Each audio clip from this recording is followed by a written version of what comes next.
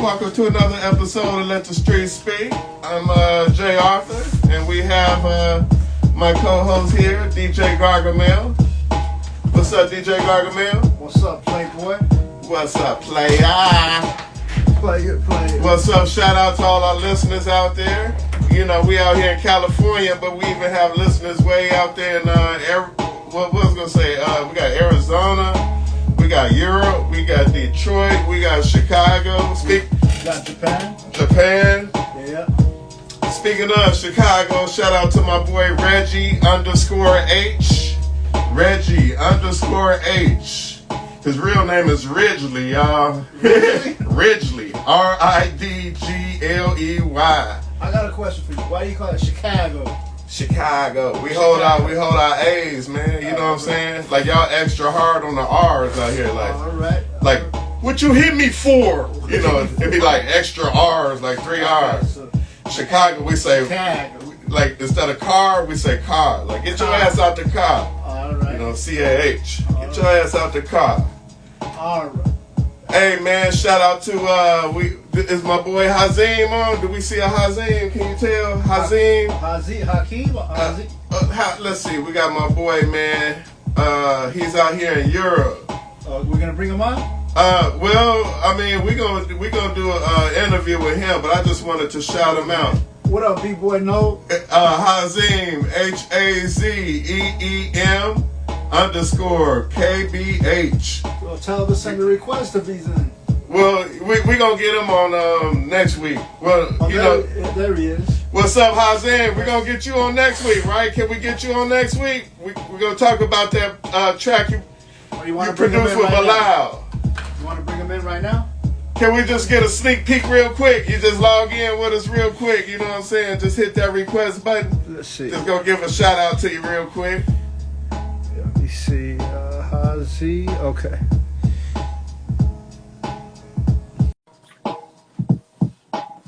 Hazim, where you at, man? I know you over there in Europe. What do you say? Fine. Hey, I know, man. This, bro. No. I put him on the spot. You really put him on the spot. Like you said, we're going to work. Show me a peace sign. We're going to do that soon, right? We're going to do that interview soon, right? You got curved, bro. Nah, don't do that, man. At least, you know, hey, like I said, he's on and he's showing support. You the one put him on the spot. It's all good. But since you put him on the spot, I'm going to put you on the spot, man. My boy Reggie, you know, he get like these little inspiring. That's the last thing I need is 2 comedians and one DJ. Well, yeah, he just started comedy, man. But he's out there in Chicago. And actually, he's been doing comedy 2 or 3 years. Still a baby, you know. I say that because, man, you can do comedy like 18 years. And they say you just like a teenager in comedy, man. They do it like 1 year, you're a baby. 2, all the way, you know, infant. All the way to 30 years, you finally got something up under you, man. You finally found your voice. Yeah, man. But I mean, that's in everything, though, right? We're going to save all this good talk about all that with our guest that we have coming up, which is my man, 𝘼𝙘𝙀𝙀. 𝘼𝙘𝙀𝙀. We're going to G, though, Oh, right? he's a triple OG, man. OG. And he's an actor as well.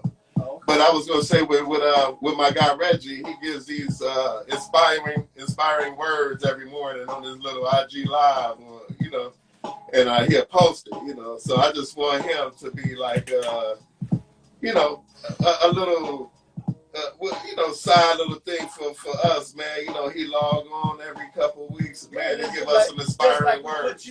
Hey, that's right. Everybody put somebody on. I got a question. This just was like, you know, the whole comedy. Can they hear you? Maybe not. Well, hey, we want them right. to. We want them to. Yeah. So check this out. You know, back in the days as a DJ, we used to use a lot of the comedy albums and stuff. You know, DJ cutting it up and stuff like that, right? You know, Red Fox. Oh yeah. And Richard Pryor, because they used to. Madlib and Dr. Dre is big at that. Way before Madlib, you know what I mean? Like we just used to cut all that, but big shout my boy Otis and all that, right? Right. Shout out to Otis, Big Money Otis. Dolomite and all that stuff, you know. So my question is this: are the comedians still putting out albums? I think you should save this for our guest who's about to come on, baby. Hey. We got 𝘵𝙂𝙀𝙀. I'm logging in with him right now. I ain't trying to put you on the spot, but this is good conversation we can have with my guy. Good conversation we can have with my guy. See if he's coming up. Because he just hit me. That's why, you know. Okay. But, you know, to bounce off of that, to piggyback off of that, yeah, man. There's still comedy albums, not as plentiful as they used to be, because nowadays you have Netflix and YouTube and things of that nature. Can you see if 𝘵𝙀𝙀's on there?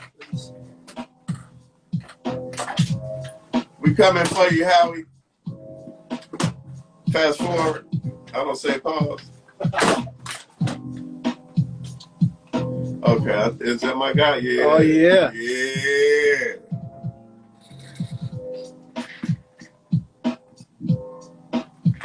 Ladies and gentlemen, boys and girls, everyone, please clap your hands.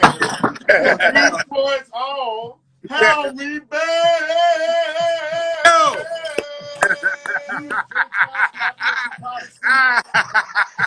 Hey, What's up, look, champion? hey, nigga, that's a hell of an intro, nigga. Do that one more time. Ladies and gentlemen, boys and girls, fat bras, skinny bras, drunks, budheads, Q-dogs, alphas, black, white, Korean, Asian, doctors, nurses, hoes, pimps. Yeah. Give it up for Yeah. Detroit Yes. Simps. Yeah. 𝘵𝙀𝙀𝙀. Hey, look, hey. Hey, look, now I feel important. Man, brother, you are important, man. Dude, you made us feel important because you just got off stage, right? That's right. About 30 minutes ago, man, fresh off the stage, bro. I rushed to come here and fuck with y'all because I was like, nah, we gonna make this happen. Maybe about 45 minutes ago. You know Man, what I'm saying? you know, of course I know the answer to how did you do, man, but how did the show go? Well, let me tell you this, man. It was my first time back on stage in a long time, of course, because of quarantine, everybody doing their thing. I had a great time, man. How long? When I tell you, it was one of the best shows I've had because, for the simple fact, I didn't do no old material. I did all new shit. I was off the cuff. I did a lot of improv. I probably did one bit that I do about my kids. If you want your kids to really, you want your kids to really know what they think about you, have them draw a picture of you. So I did that. That's what you did, brother? But that's one of my, like a bit that I've been kind of been working on. But I'm like, everything else is, you know what I'm saying? So with that, was that from experience? Your kid drew you? Nigga, listen, man, my daughter drew me with fangs and all kind of stuff.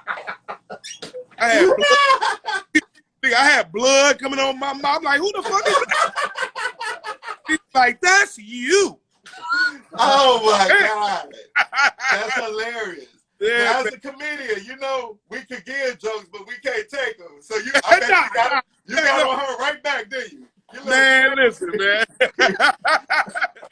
Hey, and she give me new material every day, bro. My wife, that's dope, brother. My kid, well, my wife and my daughter about the same. But my daughter, bro, she eats so much. I'm like, how many times do y'all eat at school?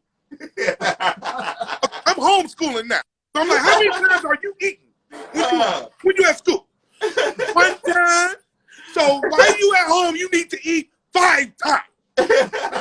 You gotta eat 5 times before 3? Come on. Man, man. Hey, no, put that, you don't need another Lunchable. No! Not at all, man. So I'm dealing with that, bro. So I gotta take real life to the stage right now. Right. Dude. And that's the best way to get it on, through those real life experiences, huh? Absolutely, man. Absolutely, bro. And hey, look, it was so fun for me to get back on stage tonight. I'm still geeked up. You know what I'm saying? I'm like, I ain't been on stage in so long. I ain't even know where to go and what direction to go on my material. I was just like, fuck it, everything goes, nigga. So this what I noticed. this what I noticed too doing comedy, man. Like you get off stage, you feel so good when you kill. Yeah. But then you get to your car, you're like, damn, I forgot this joke. I forgot that joke. Let me tell you something. That happens at least 9 out of 10 shows where I haven't did the material that I thought I was gonna do. Let me tell you something. When you get on stage, all that stuff go out the door, bro. Yeah. When you get up here and we can talk about what we gonna do. I'm gonna do this. I'm gonna do that.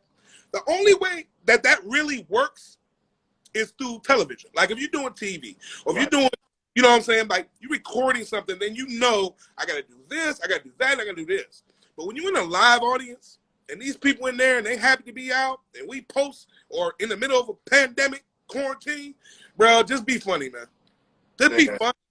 Don't come with the material like you got it lined up. Don't come with, oh, I'm going to do X, Y, and Z. Just do your thing, man. People organically going to respect that. That's you know what I'm saying? But when you out there trying to, like, make sense. Yeah. Man. Hey, Lord knows, I know. You ain't Dave Chappelle, man. Don't be up here trying to make sense. Man, you ain't lying, bro. Get out, man. I did the Comedy Store one day, right? I killed it, man, on everything I love, standing on all that. But then I did the same routine at D-Ray's show at the Improv. Yeah. Oh my God, dog! You could hear a damn mouse fart, man. It was so quiet in that bad boy, man. Yeah, man. Man. Exactly. So that's another thing I learned. 2 different rooms. You know, I've been doing the LA clubs for a long time. So the Improv and the Comedy Store are 2 different places. Yeah. I know it might not seem like it, but they are. You know what I'm saying? Even on a majority white night, the Improv is a little tougher than the Comedy Store. So you got you got the Laugh Factory first though, which is probably the easiest room. But I won't say that. I don't think when I say easy lightly. I just mean that they're more of a they receive comedians a little more. The Comedy Store is more like the underground, like this the boot camp of comedy. This is where you gotta go to kind of keep your chops up. This is like the home. But the Improv is like where you kind of got everything a little polished. You want to go in there. They still a little slash hood, a little raunchy, a little bit. But if you do well in the Improv, at least it gives you a better gauge in LA. So so out of those 3 clubs. Now when you go to the Savoy, you go to Inglewood, it's a little different. Man. Or when the Union, I don't know if the Comedy Union is still open now. I heard they're having problems. So, but those places are different. Even though the Union is more of a, which is right down the street from Ike Baker. The Comedy Union. Ike Baker, shout out. That's right there on Pico. Comedy Union is a great place to perform because they're more like a Comedy Store kind of vibe in the hood, but it's a hood room and they respect it. Like it's like one of my favorite places to perform in the Comedy Union. Shout out to Ian Mitchell. Shout out, yeah, definitely. And that place, it kind of reminds me of Chicago in a way. You know what I'm saying? Like a Chicago type of room. Just in a way, like with that hood vibe to it. But they are there not to necessarily shoot you like the Savoy. They're there to laugh. Yeah, they're there to laugh. Even if Savoy, they're there to laugh, though. Don't get me wrong. The problem with the Savoy is there's so many kind of like black celebrities be in there. So it's a little more bougie in the hood type of vibe. Yeah. Up in the Savoy, you take control. They with you. They with you. Even the people, even the low key celebrities, they with you. Like you just gotta take control over the Savoy. You can't let them be loud and all that. You know what I'm saying? Is that when you would start capping on somebody just to like get that attention? Well, not really. You can do attention. You can do material and get that attention. You don't have to immediately start snapping on niggas. Right. Like that's not the way to be anyway. You want to kind of work through your progressions and kind of figure out what you're doing comedically before you get into all that snapping and all that. That takes away from your show. I'll tell anytime that snapping takes away from the show. It takes away from the audience. The audience don't necessarily want to hear it all the time. Only the real raunchy ghetto motherfuckers want to hear that. But people that's coming to these clubs, man, they're paying their money. They want to see an act, bro. Right. They want to see comedy, man. We've been planning this all week. I had to get dressed and take a bath and put new clothes on to come here. Yeah. I don't want to hear this nigga going back and forth with this bitch in the front row. I want, man. You know what I'm saying? So I try to tell comedians all the time, stop playing to the people in the front, nigga. Play to everybody in the room. Right. Because every room, they don't see what's going on in the front row. Right. They don't see what's going on between you and that guy over there that you arguing with. All they want to hear is you be funny, man. Just do your shit, bro, so we can go laugh, man. That's dope. It's funny you say that because my mother, to this day, I don't want to use the word hate Bill Cosby, but she don't like Bill Cosby. And it ain't because of the whole Mickey shit, you know, him with the little day rape jello stuff that he allegedly did 50 times. But it's the fact that I said, why don't you like him, Mom? She was like, he made fun of me, I think, at a show.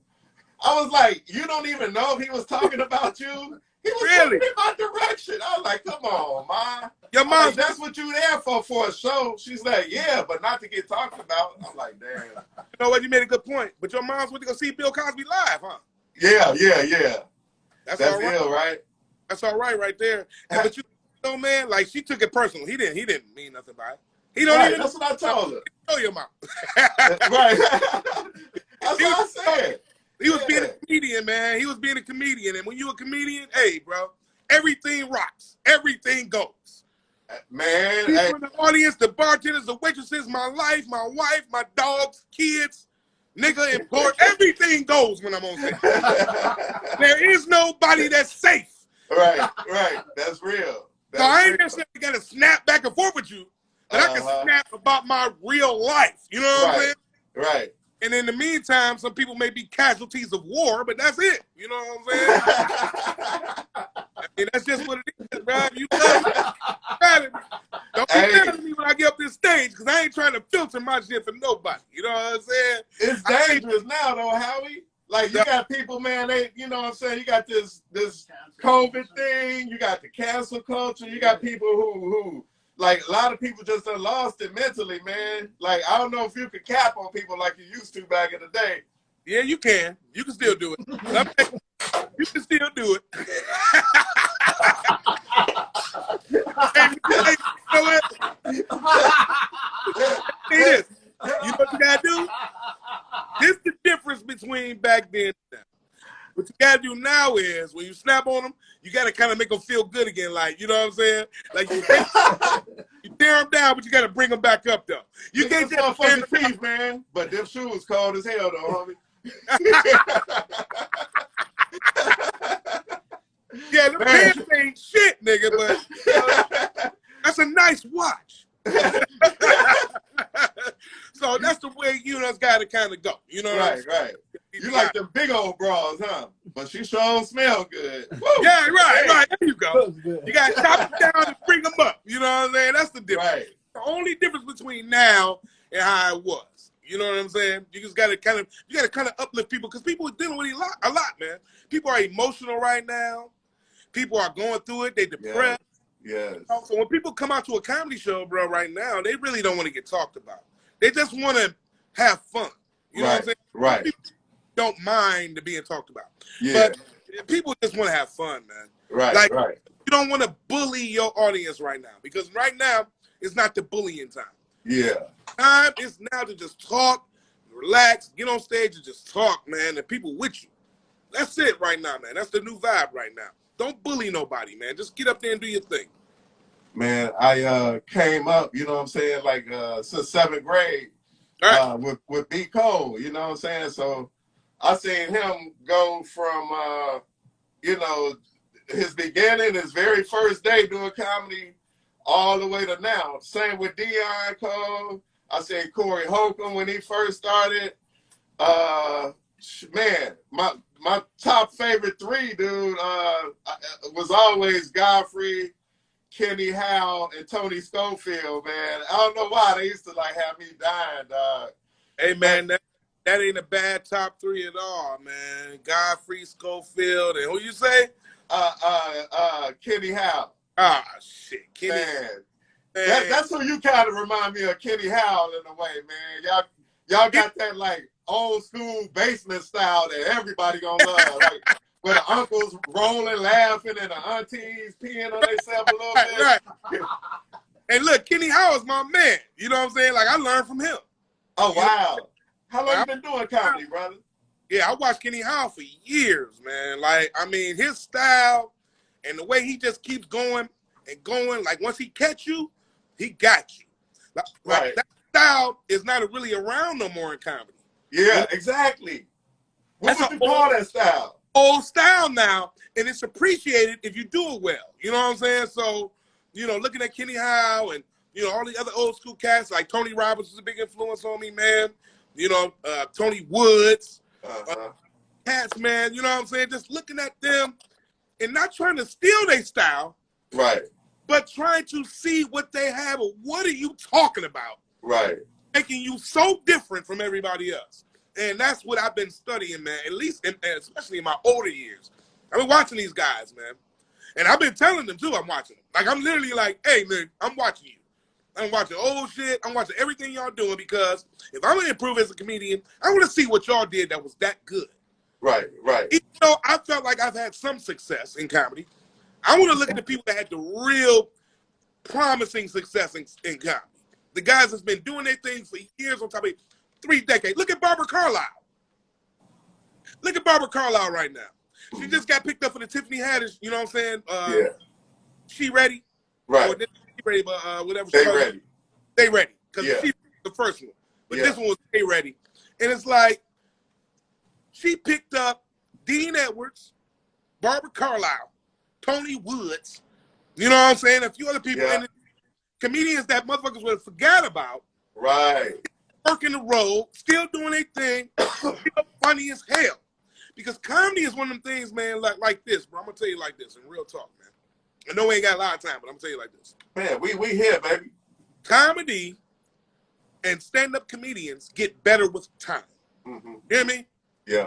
If you're an artist and you do stand-up, if you keep going, I promise you're going to get better.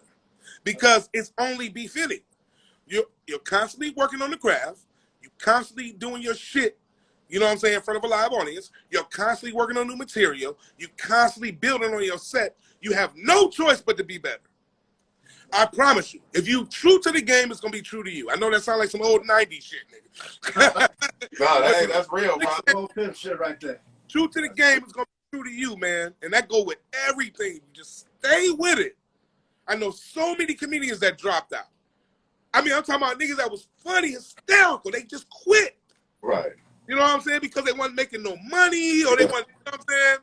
Because it's hard to make money in comedy. So, yes. You know, once you get on the road, though, the money is coming. So it's like, it's hard for me to look at comedy, you know, objectively all the way because I see some people that really had a chance to be the Kevin Harts or the D.L. Hughley or the Chappelle or, you know, Anthony Anderson for that matter. I've seen these guys and they've all fell off. Some have kept going. One of the best comedians I've seen start off as a young comic doing his thing and now is a superstar is Lil Rel. Oh, man, shout out to Lil Rel, yes. One of the best to do it. Yes. You know, and I've seen his growth from a young man to where he is now. Incredible. I couldn't be more prouder than Lil Rel. Right. You know what I'm saying? I've seen him. I've dealt with him. Me and Lil Rel used to walk to the store and buy 40 ounces, nigga, drinking the water. Real spit. I'm talking about in Harvey, Illinois. Damn. And and him and Wildcat and Meechie used to live together. Shout out to Wildcat. Who else you say? Man, Wildcat, Meechie, Lil Rel used to live together, man. And that house was that apartment was one of the most funnest apartments I've ever been in my career. You know what I'm saying? Like, great times, great. Them niggas was just junky than a motherfucker. And them niggas didn't clean up shit. Right, right. Nigga, I used to come over there and be like, nigga, clean up, nigga. He's like, nigga, I up there and nigga, I can't build a nigga house longer than 24 hours. I gotta wash these dishes. And that's coming from a Q-Dog, and you used to a whole bunch of dudes like that. We built different. You know, we gotta clean up. We gotta have shit straight. Right, right, right. Who in the South, so you know South nigga is clean. Yeah, that's a whole different thing. Yeah, nigga, when niggas say country clean, they mean that.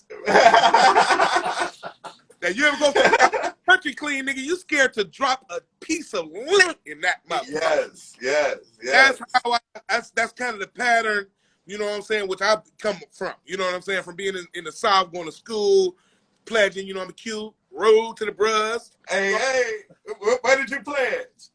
I pledged at Benedict College in Columbia, South Carolina.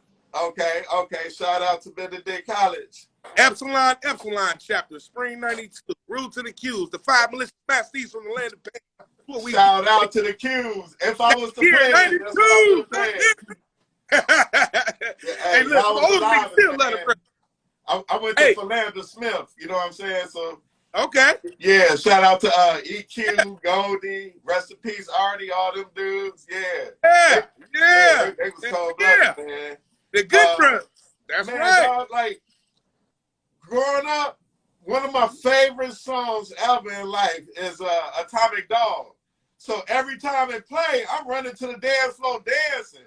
Right. But man, you can imagine how the Qs look at me in college, man. Like, damn. Oh, them niggas like, nigga, what you doing? Right. And then I'm dancing all funky, you know what I'm saying? I'm like, oh, they ain't like that too tough, man. You had to learn that the hard way, nigga. Yeah, man. Atomic Dog come on, nigga, you might as well clear the floor. Yeah, man. I got to go outside and just dance. Them niggas will fight you, nigga. Man, dog. You just see about 30 golden boots. Hey, them the college studs, nigga. They beat your ass. They don't play, bruh. hey, man. So, I know you said you like 9 times out of 10, you may forget a joke or two that you was gonna use. Go and lay something on us that you forgot today, man. Lay something on us. Bless the audience with a little spring house. I forgot to talk about. What did I forget tonight? Hey, you know, I be leaving my notes on my phone. We on my phone right now, so I can't cheat to you right now. But I forgot to talk about. I did a whole bunch of pandemic shit though. Okay. Like, my whole thing is, nigga, we sick. You know what I'm saying? So I forgot a couple of the scenarios about we sick. The nigga make a thing about sick. Hey, that nigga got stabbed and went to the hospital. He had COVID-19. Like, nigga got stabbed. I had a whole bunch of little like. Hey, this nigga stumped his toe on the couch. Nigga had COVID-19. That's hilarious. Shit. But I forgot a whole bunch of little scenarios in that. What I know I forgot. I definitely forgot some of those. But it rocked. The joke still worked, but I was making up shit. You know what I mean? But I had some shit actually written down. You know what I'm saying? But I didn't do, you know. When this shit over with, man, dude, I noticed something on the flyer to the show that you were doing tonight. Yeah. Y'all it said, wear your mask, but it also said $3 pork chops. $3 lamb chops. Lamb chops. Damn. Lamb. I got 30 of them tonight. Damn, I bet you did. I was like, damn, dog. I don't like to say vegan. I'm plant-based. I don't like to say vegan because they like some little assholes, you know what I'm saying? But let me ask you this about being plant-based. Nigga, let me ask you a question, nigga. Why do people like to eat shit that's plant-based that is imitation of a meat product? Like, let me give you an example. Like, why do people want vegan wings? What the hell makes you want a vegan burger? Just eat vegetables, nigga. Like, why do you want something that tastes like a meat, nigga? Like, that don't make sense to me. Just give me the grilled corn and the asparagus. Why are you trying to turn my cauliflower into something? Niggas trying to turn, perpetrating, right? Niggas trying to turn carrots into shrimp. I don't want a carrot shrimp, bro. I just want carrots, man. If I stop eating meat, I just want carrots, bro. I don't want anything that reminds me. That's hilarious. Meat-wise. That's the stupidest shit in the world to me, nigga. It is. Come eat these vegan meatballs. Right.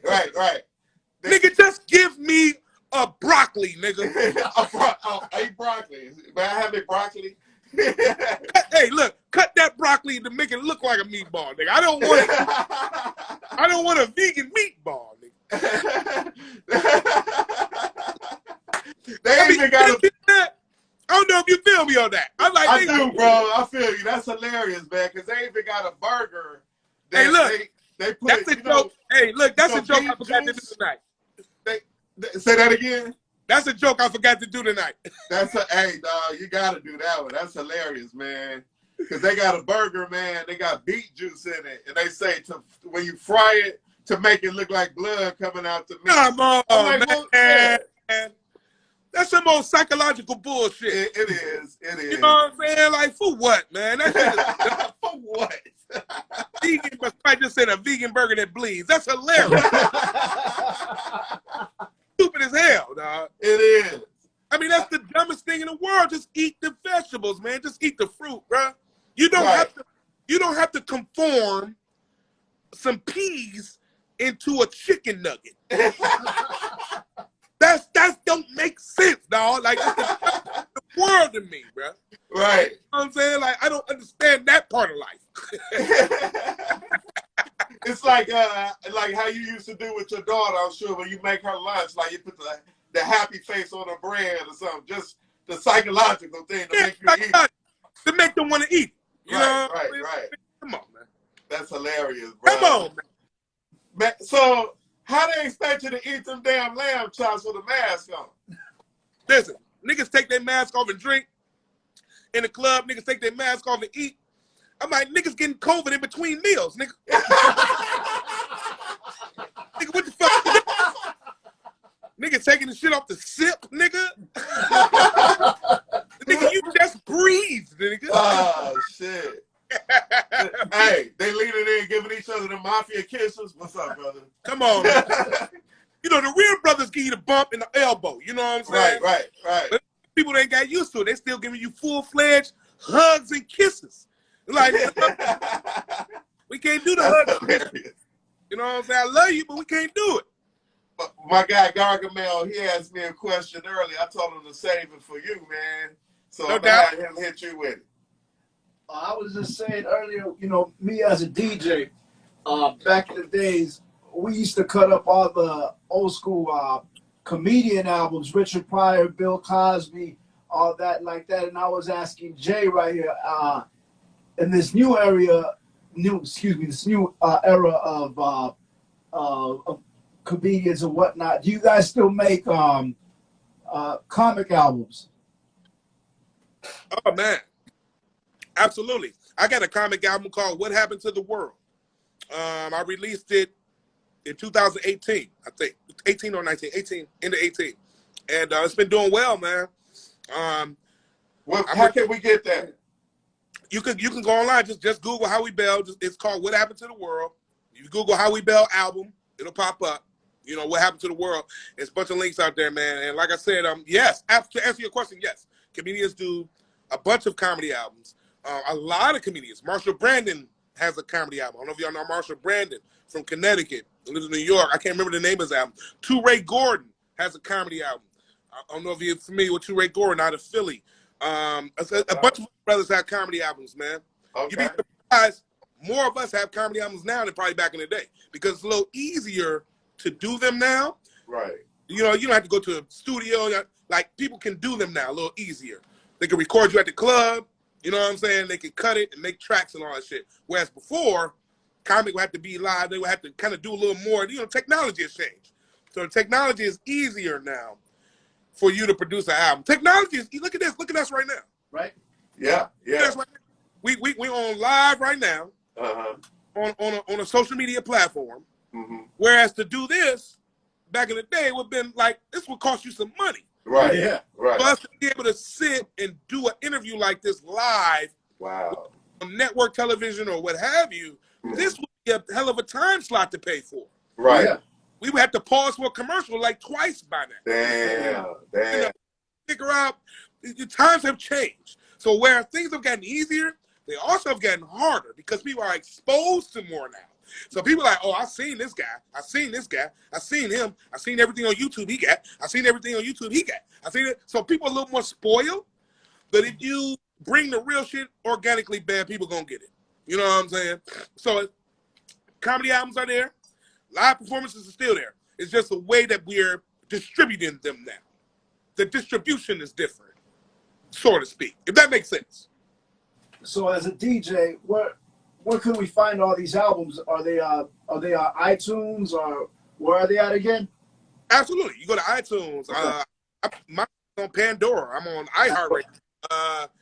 You know, like they spin my tracks on LOL, Kevin Hart's network. They spin my tracks on Dash Radio. They spin my tracks on, you know what I'm saying? So if you're familiar with with radio from that type of platform, then you will know that a lot of comedians get spins, man.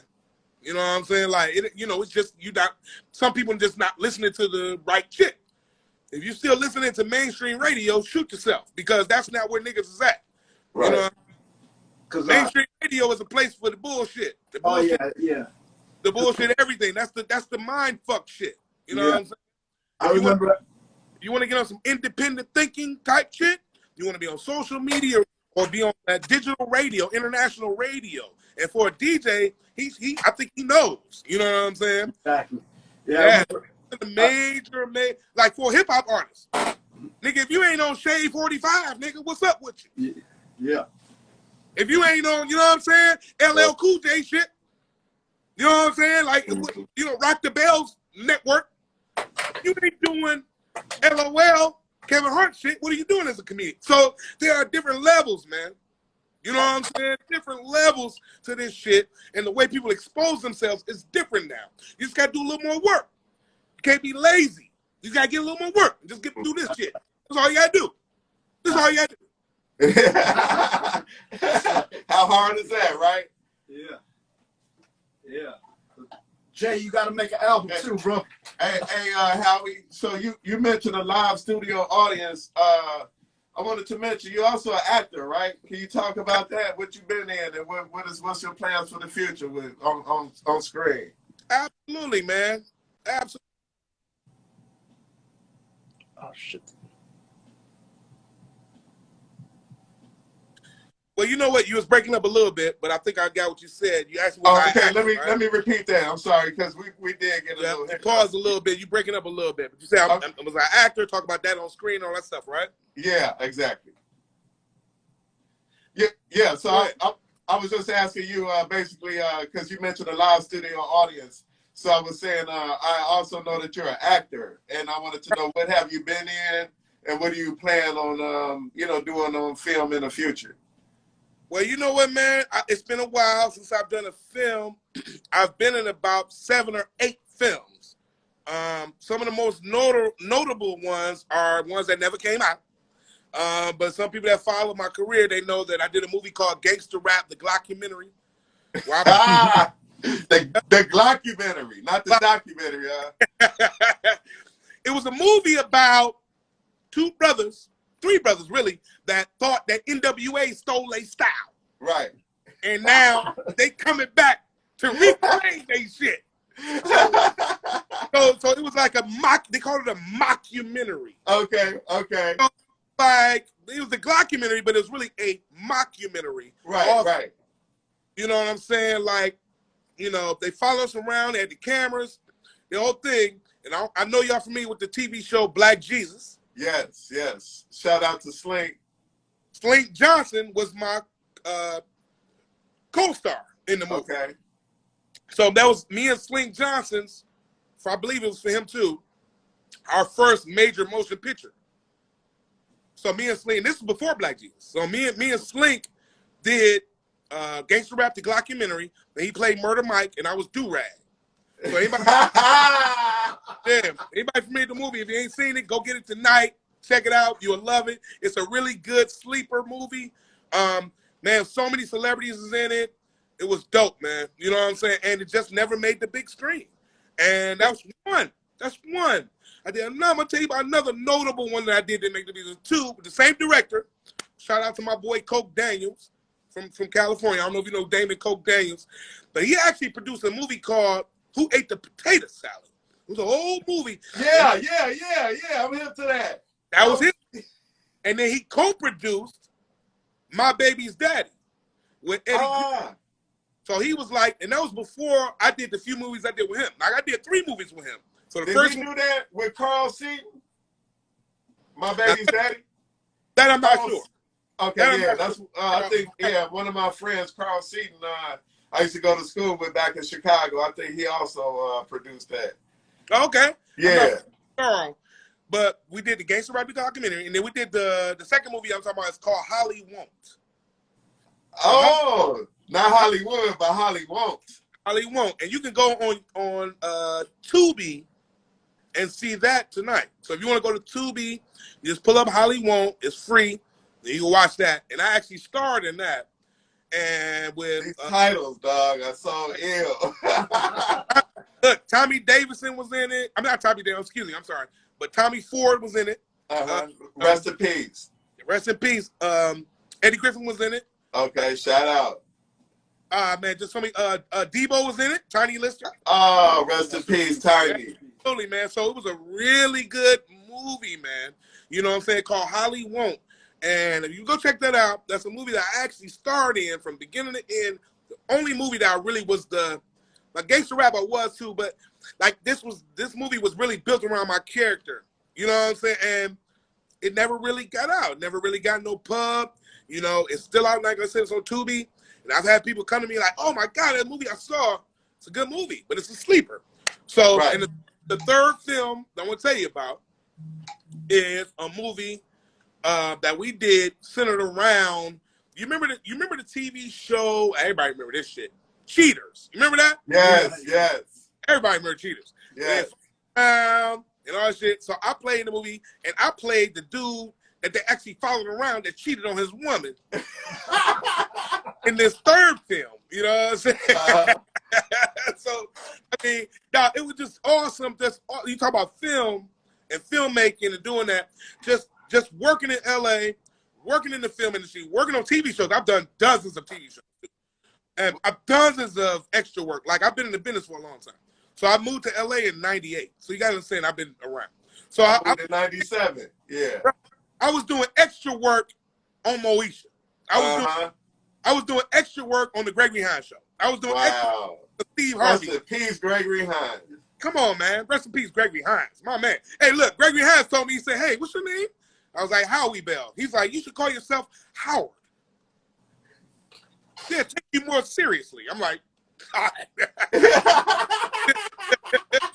With shows like that, I mean, you know, with the Steve Harvey show, Juan Hall, who was executive producer back then of the Steve Harvey show, was said. I was friends with Juan Hall, and I remember a lot of TV shows I did back then, and a lot of videos. Man, I did videos with Ice Cube, bro. I did music videos with Kirk Franklin. I did music videos, like a lot of shit. You know what I'm saying? Like, but you know, time goes on, and people don't talk about those things in Hollywood unless we do this. And so you just never know, you know what I'm saying, what somebody has done. Like a lot of people, I swear to God, I never underestimate anybody in this business.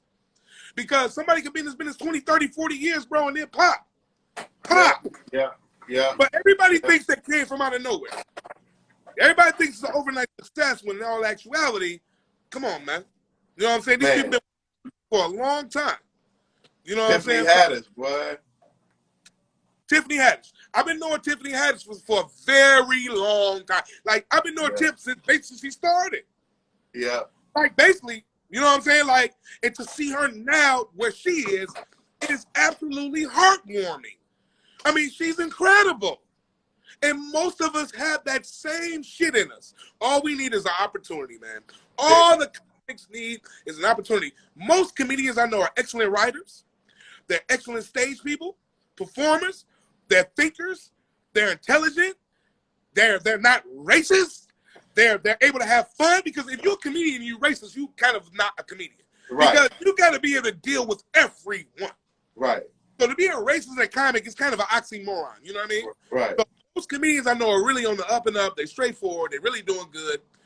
Most comedians are successful. They're making money. I mean, even the worst comedian that comes out 3 months ago can make some money. I mean, they can figure out how to do it. You know why?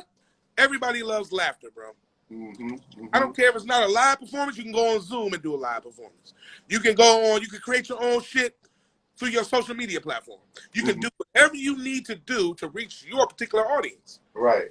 And that's not hard to do, especially as a comic, because everyone likes to laugh. So I don't care who you are, man. There are different tiers and different levels to this comedy, but everyone can be successful in comedy. If you stick to it, you good. Damn, that's dope. Thank you, brother. Here go another name, man. Like how I dropped Tiffany Haddish. Here go another atomic bomb. Deon Cole, my homie Deon. Deon Cole, one of the greatest niggas to grab a microphone from Chicago, of course. Shout out Deon. My brother, been knowing Deon Cole for several years. And look, this how you know a real nigga, right? You ain't gotta talk to this nigga every day. People kill me with that shit. Why you ain't answer my phone? Why you ain't call me? Fuck all that. Right. But when we do talk, we act like time never fucking passed. Right. A real motherfucker, bro. Right. So shout out to Deon Cole, nigga. Me and Deon Cole, one year, speaking of, because Super Bowl just passed, right? So 2 days ago, 1 year, I was in Chicago, real spit. I ain't had shit to do with Super Bowl Sunday, nigga. I called Deon Cole. That nigga was at his crib with nothing to do. I said, nigga, what you doing? Nothing. I said, nigga, I ain't doing shit. Let's watch Super Bowl. Nigga told me, come over his crib. We bought food, ordered food, drinks, everything. Just me and this nigga. Nobody else. It's the only time in my life I ever watched the Super Bowl with one other person. Right. Without a crew of people. And me and this nigga had the best time ever. Had a blast. We laughed, and we watched that Super Bowl and drank and smoked and had a great time. That'd be about 6 or 7, maybe 8 years ago, man. At least maybe 8 years ago. You know what I'm saying? 8 Super Bowls ago, at least. One of my good brothers, though. I promise you. In the world. Yeah. Oh, yeah. Deon and I went to Philander Smith together. See? Yeah. That's my guy, man. Both of us being from Chicago. Oh, man. Yeah. Shout out Chris McDonald. That was our other homie. Let me do a Chicago roll call, nigga.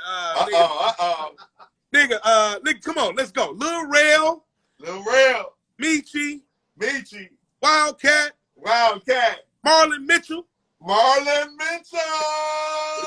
hey, Leon Rogers. Hey, I went to Catholic school with Leon. He tried to get me drunk back in the day at the bus stop. I ain't forget Leon. That's crazy. We'll come back to that. Leon Rogers. Look, Damon Williams. Come on, man. Just Neech. Corey Bell. Who Bell? Corey Bell. And Corey Holcomb. It's so Corey Holcomb, of course. Nigga, so many people, dog. Everybody, Cherie Luckett, nigga. Oh, man, I mean, come on, man. JD. Look, I look like the black B. Cole right now. I got the black B. Cole going on. Yeah. That fro, boy. You can't get nothing then. That fro, boy. That fro. Hey, I tell you, man, Chicago, Kenny Howe, live in St. Louis, but he's from Chicago. We talked about him earlier. But I know I'm leaving some people out. I know. Schofield. That's what I'm saying. My man nigga. Tony Schofield, one of the best to ever grab a microphone, Tony Schofield. Man, Tony cold-blooded, dog. One of Robin my favorite jokes. Nigga, Robin Harris, nigga. Bernie Mac. Robin Harris, Bernie Mac, rest in peace. Robin Harris, Chicago got G's, bro. Chicago got G's in comedy back to back, and I'm from Detroit, nigga. You know how hard it is for me to say that? Hey, y'all ain't half-stepping either. But we forgot D-Ray. D-Ray Davis. Look, let me tell you a quick story about D-Ray Davis. That man, during this pandemic, you know what he did? And he had to do this, man. That man sent me $500 brought to Blue. Now, I know that's not a lot of money. And I know that people probably like, why would you say that? Let me tell you this. This is a man who I've been working with for years, man. Right. 20 plus years. We was together almost a couple times a week in LA for the last year and a half, 2 years. Pandemic hit. That man hit me out the blue, bro. Love this man for that. And he probably don't even want me to say this, Brian Barrett, but he sent me that bread, bro. I was like, hey, man, I just wanted to give you that Howie Bell because you one of us, man. I just wanted to bless you with that. And I bought my kids a Pac-Man video game with that, bro. Damn. I went online and bought my kids the, you know what I'm saying, the video game. Yeah. And bought that one in the ultimate game. I bought a couple games, but he helped me buy the one joint. He probably hate that I'm saying this right now. He's, you know, I'm kind of private. But I'm gonna say this to you, man. That brother has looked out for me more than a lot of people. Him and Damon Williams, you know what I'm saying, as far as Chicago goes. Definitely. Really put money in my pocket. I'm talking about real money. Right, right. About, you know, just fucking around. These brothers have helped me feed my family, man. Yeah. Shout out D-Ray Davis. He is a very giving person. Like, he's one person I can say, like, if I call, he will pick up, or if I need something. Like, I wanted to be on the show. You know, I bombed, but he didn't have a problem getting me on it. And Lawrence, he ain't let the mic get cold yet before he started roasting me before I got off the stage. I wanted to go back up and get on his ass. Yeah, man. My nigga Grady. You know, Grady, shout out to Ray Grady. Ray Grady, that's my brother right there. You know what I'm saying? Alpha dog. Oh man, like I mean, it's so many good people from Chicago. You know what I'm saying that I deal with. I know I'm leaving a lot of people out. Hey, did you know, dude? This was one of my favorites growing up too. Back at all jokes aside, Uptown. Did you know Uptown? I didn't know Uptown. Okay. Oh, you know we forgetting from seeing them, but I can't remember what Uptown looked like from the name. You know we forgetting that should have been huge. Should have been one of the first stars to blow up from Chicago. George Wilborn. Oh man, dog. Let me tell you something about George, man. And that's what I say. I know I'm leaving some people out. George Wilborn is one of the funniest motherfuckers to ever get on the mic, bro. We talking about unadulterated funny. Like, not no play, not no I'm just bullshitting. This nigga's straight up funny, man. These dudes, like Tiffany Haddish, could have had George Wilborn on that show and been just as effective as having Tony Woods on that show. Yeah. You understand what I'm saying? Oh, yeah. Like, seriously, I'm not bullshitting with that. Yeah. Like, she could have easily had Damon Williams on that show. Yeah. And it would have been just as effective. Right. As having Dean Edwards on that show. You understand what I'm saying? Definitely. So, like, I'm just making a reference point. Not saying that she should have done this at all. I'm just telling you that these guys have worked their way in the game and have been in the game for so long.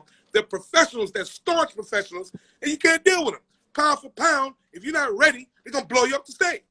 Period, point blank. They're going to embarrass you. Because this is what they do for a living. This is how they eat, man. Anybody that has to feed their family from telling these goddamn jokes or blow your ass off the motherfucking microphone. Yeah. That's how they gonna get their next show. Yeah. That's how they gonna get their next gig next June or next December or next. They can't fuck around with you. They can't fuck around with me. They gotta get up there and do their job, man. And that's what I learned how to do and get my chop from. Even though Detroit is what made my skin thick. So don't get it twisted. Detroit is the place where I got my skin thick. I knew how to perform. I knew how to go up in front of an audience. I knew what to do when it came to like improv. But Chicago is where it taught me how to kind of put a set in order and kind of have your shit together. Detroit, Chicago, one of a kind, man. You know, it's just Chicago's bigger. So that's all it is. It's definitely one of the same kind. Absolutely. Absolutely. One more name I'm going to drop, like an atomic bomb. Drop it, because I probably forgot it. Drop it. Drop it. Man, rest in peace to one of the greatest writers of Chicago, the Yoda, if you will. Somebody I actually sought out before, like, man, I told you I moved out here in 97. I actually sought this person out in 99 to try to catch up with him for the tutelage. James Hanna. I swear to God, I knew you was about to say James Hanna. Yeah. Like that far, I swear, dog, I almost cut you off and say James Hanna just now. Yeah. I swear to God, bro. Yeah. Maybe 2 seconds ago. I know. But let me tell you this about James Hanna. People couldn't deal with his realness, bro, at that time. Like an arrogance kind of, right? Dog, listen to me, man. James Hanna was one of the realest comedians to ever talk to you off stage than anybody I knew at the time. And I was a young comic, and he would just tell you flat out, hey, man, that wasn't funny. I mean, like, nah, you got to go up there and do better than that. You're like, nobody does that no more. Nobody does that no more. I'm going to tell you who was like James Hanna. I'm going to tell you who was like James Hanna, but he wasn't from Chicago. He's from New York. Todd Lynn. Look ain't up here. Todd Okay. Lynn. He passed away too. God rest his soul. He was a real motherfucker like that, and Rest people didn't in like peace. him. People didn't like him. But you know what that nigga did? He was funny, and he told you what the fuck you had to do on that motherfucking stage. Right. And that's the shit I appreciate. You don't have to be my motherfucking friend, bro. Tell me what we need to do when we out here in this public together, man. This professional. Fuck that friendship shit. Fuck your emotions and fuck your feelings. Nigga. Fuck your feelings, nigga. We here to do a show. And what's the best way we can make this audience respond to us? You feel me? And that's what I needed, man, because look, like I told you, I was there for all of them dudes' career when they first started. So they'll get off stage, and low-key, I wasn't no comedian, but I was the dude that'll tell them, like, you know, like, I ain't never going to say something to punch up their jokes, but definitely like a James Hanna, like whether it's hit or miss, or whether they could build onto this or that. So I moved out here, and I only been doing comedy like 7, 8 years, so I'm still a baby to it. Right. But I don't have them dudes because they all spread out, and, you know, so it's just me, and I got like them dudes that you was talking about, them dudes like, hey, that was cool, man, that was good. I don't need that. I need you to tell me I sucked, and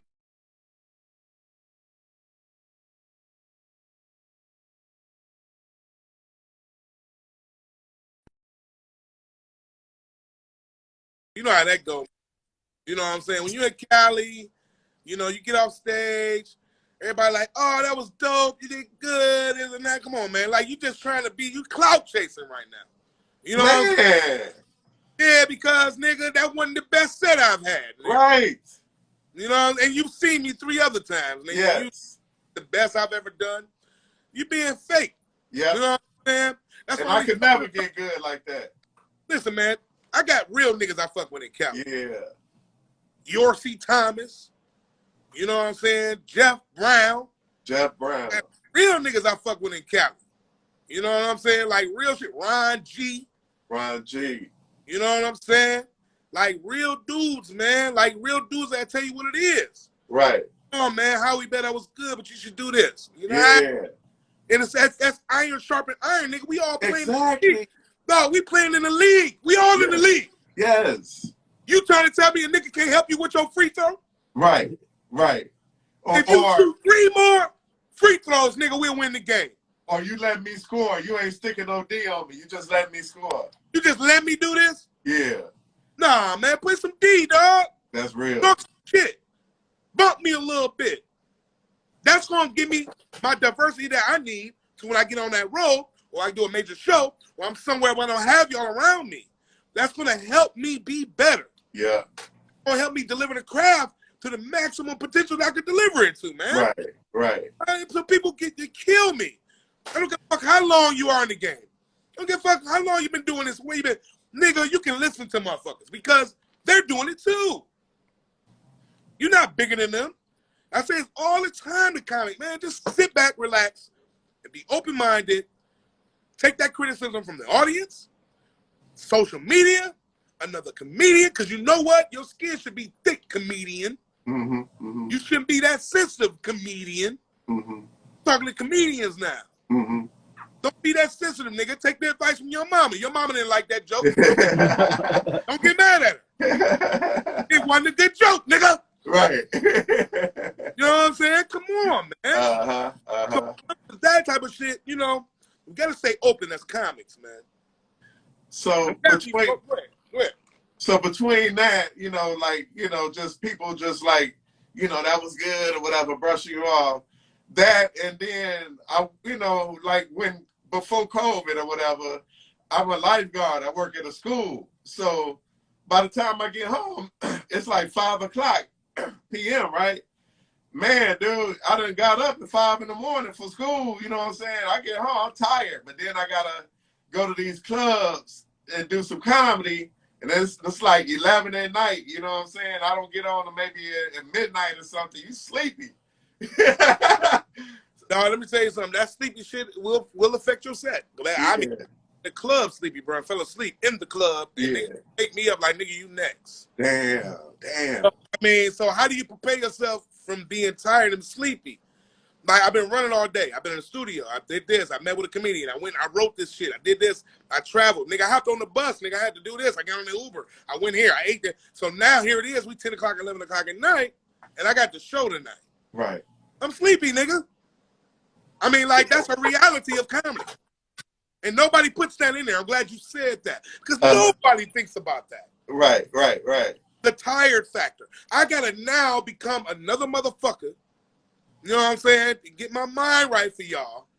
This live audience who doesn't know me from a can of paint, but they don't give a fuck if I'm sleepy. Guess what happens? If I go up there acting sleepy, I'm a bomb. Yeah. And that's what you remember for. This nigga bomb. They're not going to say 𝘃𝙗𝙀𝙀 was sleepy and he acted. Give a fuck about that. Right. Man, like, nigga, do your thing or don't do it at all. Okay. That's what makes comedy one of the toughest businesses in the world. Yes. I don't give a fuck if you build skyscrapers, nigga. Yes. I don't give a fuck if you fly airplanes. Yeah. I don't give a fuck if you deal with animals that'll kill you. Stand-up comedy, nigga. Yes. In front of a live audience. Woo.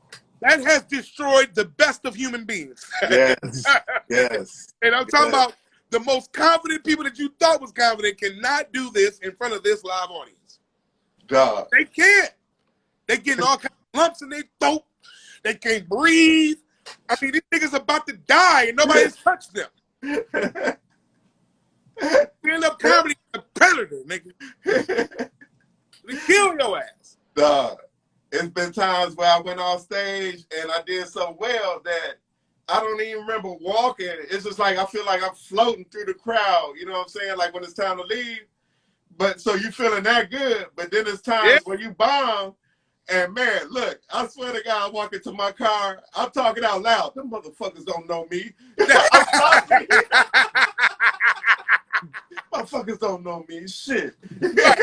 Hey, look, you bitten, you mad at above us. Yeah, salty, but like you say, with anything, man, practice make perfect, man. You gotta go through the fire, you know. Hey, man, look here, bro. And I know we ain't got that much time. We've been on about an hour, but check it out. This hour went by fast. You see how they go? When you're talking good, that hour go by quick. But let me tell you, same thing when on stage. Let me tell you, the comedians, you think an hour is a long time, but it's really not. You know what I'm saying? We've been live right now for an hour. So it's not a long time. Only thing you got to do is you can get caught up in it being a long time if you keep getting in a funk. If you keep not understanding where you're going. If you don't have your point of view together. If you don't have the angle that you want to talk about. If you're not prepared to discuss what happened in your day, that day, you're going to lose as a comedian. Okay. You understand what I'm saying? You have to be ready to talk, man. Spontaneous.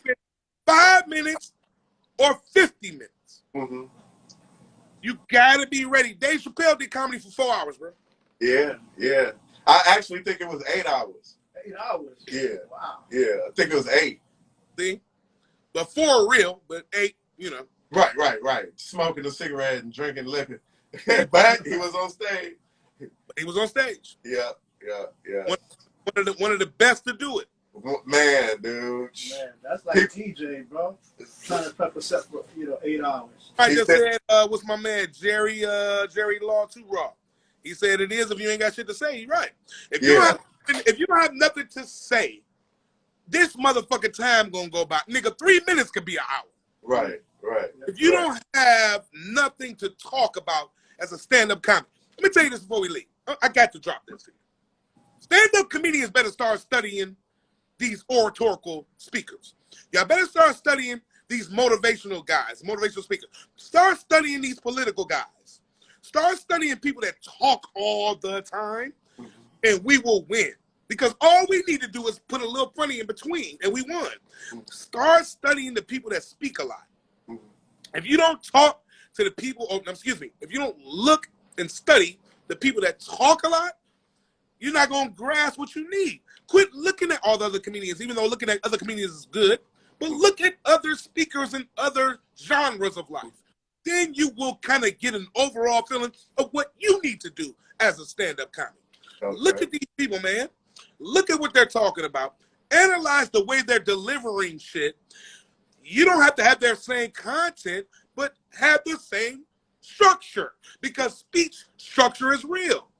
Presidents have speech writers. Donald Trump didn't listen to his, but presidents, I mean, they do. All of them do. Right. Every president in the world has a speech writer go sit there with you and say, hey, no, say this, man. Because we all need help, bro, when it comes to public speaking. Right. Even comedians. Right. So I'm not mad at comedians that have writers. I'm not mad at comedians that have people help them punch shit up. Because you know why? We all need that.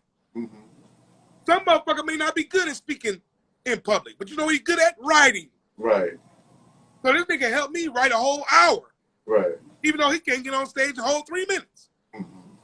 We gotta stop looking at people like, oh, he not funny, so he don't know how to write. That's not true. Right. That's the furthest from the truth. Right. We always gauging people off their funny on stage. Everybody that's funny on stage ain't helping you. They're in their own world. They need writers. They need shit they need to do. Stop looking at the best niggas as they gonna help me. Look at yourself like, I'm a good nigga. Where can I get my help from? I'm gonna look at people that's hungry, that needs it, that can cater to what I'm doing. You understand what I'm saying? Oh yeah, definitely. The only thing that's gonna take us to the next level, man, as individual artists. If you sit back and you just depend on yourself, you're gonna do well. Trust me. But you're not gonna do as well as you can do. Because we need to all get input from all different angles, man. You know how many writers come onto a script in Hollywood and help it punch it up? And you know how many actors get hired for that script and come and change the whole shit up? It's because that person that casted them, or the person that knew that would put them in the spot, that director, whoever it was, knew that I'm gonna cast this guy. They knew that you was gonna bring your shit to the game. They knew that you was gonna come with a couple assistant writers too. So they're expecting you to make it better. We gotta stop thinking that all we gotta do is this and stay like this. No, if somebody hired you to do something, they hired you for a reason. They wanted you to come in and make this better than what they already had it. If you can't make it better, they'll get somebody else. But at least try your best to do better. So dope, man. Thank you for that gem right there, brother. God damn. Hey, man, we could tell we could tell you a triple OG, man, because you got knowledge to give, and you're not afraid to give it, man. You're not afraid to bless people and make them better, man. I love that about you, bro. Thank you, man. Before you go, man, I would be remiss if we didn't shout out another movie that's a sleeper that you were in by the great 𝘃𝙀🙗. This movie called Heaven on 7, right? Oh, yes, sir. Heaven on 7, baby. Heaven on 7, baby. Yep. Who did you play in that? Let me tell you something. Great movie. It was great production, great director. Heaven on 7 was love. We actually did a scene in that movie. I'm going to tell you some behind the shit that didn't make the final cut that I thought was fucking hilarious, dog. But they couldn't use it because of different technical reasons. Right. But Heaven on 7 was a good production, a very fun production I worked with. 𝘃𝙀🙗. Shout out to 𝘃𝙀🙗 again. Shout out to 𝘃𝙀🙗. He had a bunch of Chicago 𝘃𝙀🙗 is Chicago's independent movie producer, baby. Yes, Man, yes. the king of it. Can't nobody touch 𝘃𝙀🙗 on that. That's So, right. You know, when it comes to that, you know what I'm saying? Like, I was glad and grateful 𝘃𝙀🙗 even put me down. Right. You know what I'm saying? Like, nigga, come on, for real?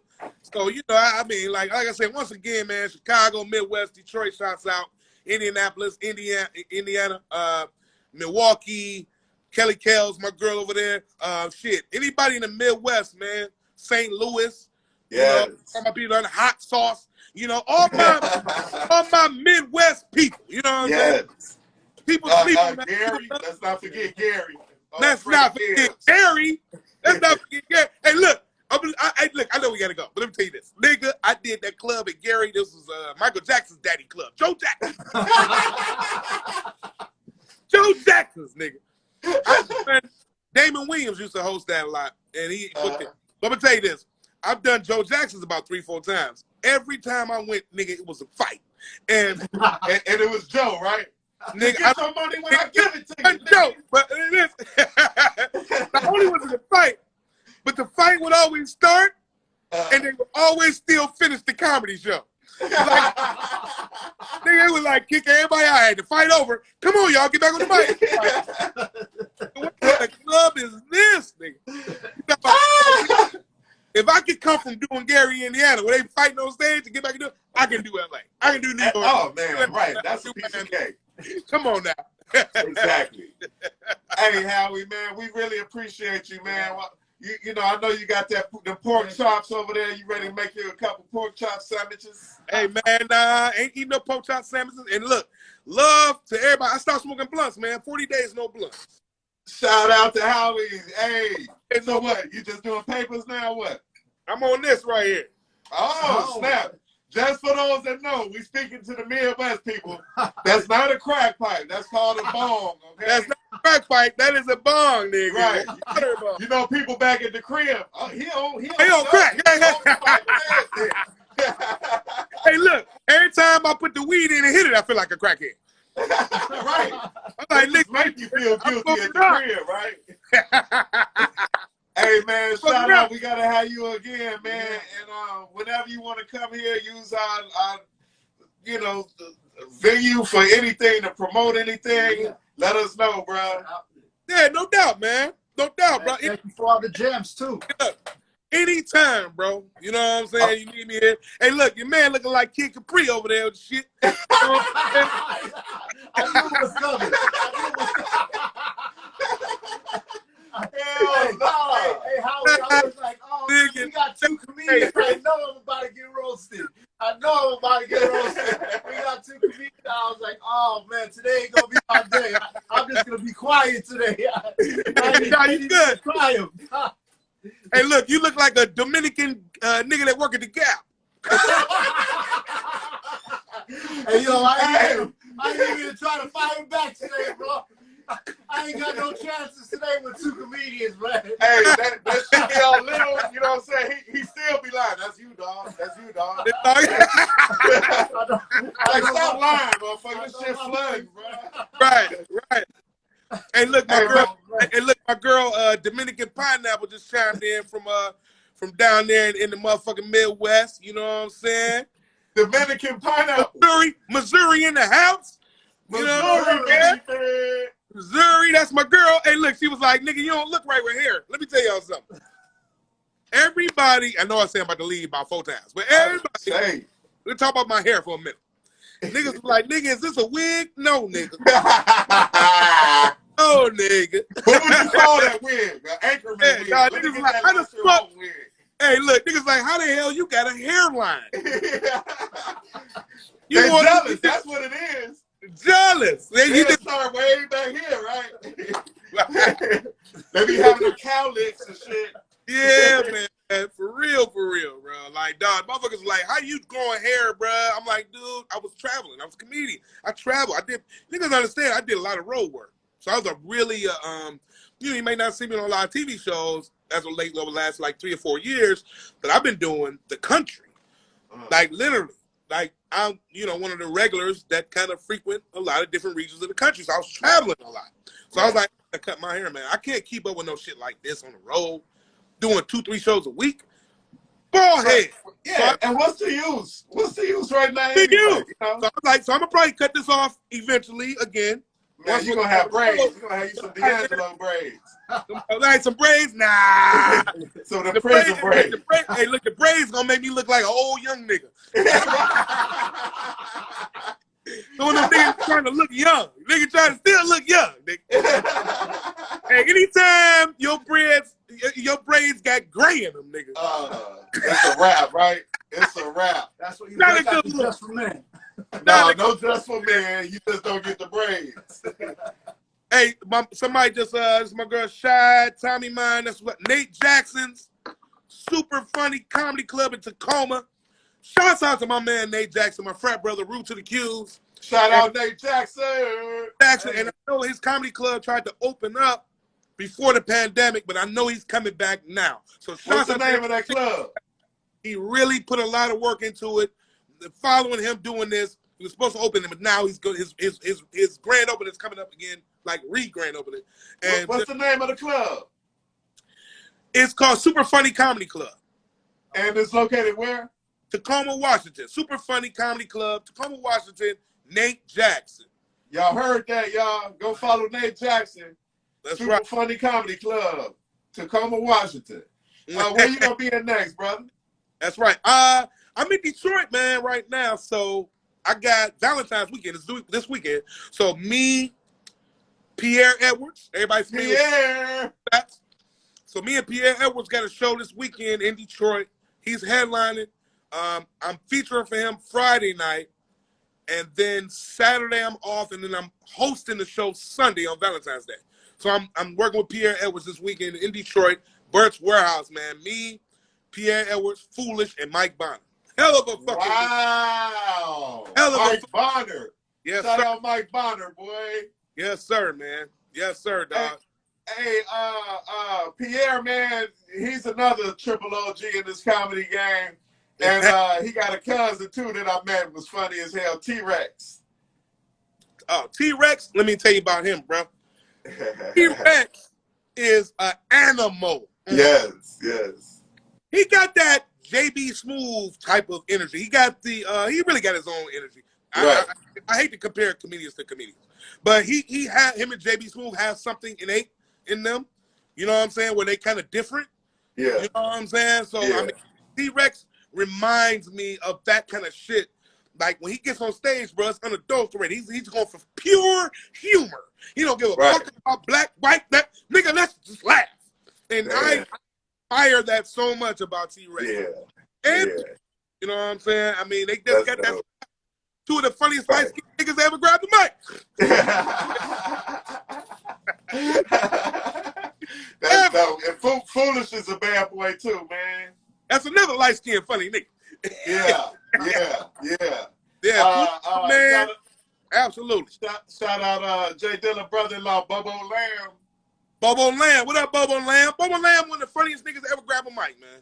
And Bobo Lamb had some issues for a while in Detroit. I think he's trying to get his shit together. But Bobo Lamb's one of the funniest niggas that ever grabbed a microphone. That's dope. That's dope. Spanky from out there too, right? Spanky Hayes is about to meet me right now. He just got to Detroit from Vegas today. Smokey Suarez from New York. He just got to Detroit today. They coming over. They about to meet me in a minute, nigga. That's cold, dog. I wish I was there to kick it with y'all. Yep, they're doing a documentary for a female comedian from Detroit named T Barb. Shouts out to T Barb for putting together a hell of a documentary on stand-up comedy. And Smokey Suarez and Spanky Hayes are literally gonna meet me in a few. And nigga, if you want to go back live when they get here, I will. So if you want to, you want me to go back, I'm not all bullshit aside. I mean, we can do it. You know what I'm saying? Man, to make this happen. You want to do another show tonight? Another 30, 40 minutes, we can do it, dog. Because I promise you they're going to be pulling up in a minute. Oh, Lord have mercy. You know how okay, I'm going to hit you in the DM and let you know, man. All right, hit you in the DM and let you know. Let me know. Okay, I appreciate you so much, brother. Thanks again, man. I'm going to see if Gargamel wanted to... Man, just much respect. I didn't want to say nothing because I was already getting roasted, brother. You one of them dudes try to be quiet so you don't get on his ass. Yeah. He trying to hide in the corner. I was like, oh, man, we got two comedians. Me and this dude be going at it already, and I was like, oh, man, I got two comedians today. I might have a chance if it was two DJs, but two comedians, oh, man, I know my place, bro. Right. I'm a fucking Band-Aid color. Ain't even color of a Band-Aid. Much love, bro. Much love. It's all good, baby. We all good. All in fun, man. Yeah. Man, send my love to them brothers, man. Y'all have fun and be safe out there, man. Hey, man, you know what it is. Shouts out to the Q's. Shouts out to the D, LA, Chicago, New York, Atlanta. You know what I'm saying? That's what we doing. Everybody stay safe in the pandemic. It's your boy Howie Bell, man. Come on. Love, peace, and hair grease. That's right. My dog, man. I appreciate you, man. Man, appreciate you more, bro. Love, man. We gonna catch up. One love. Love.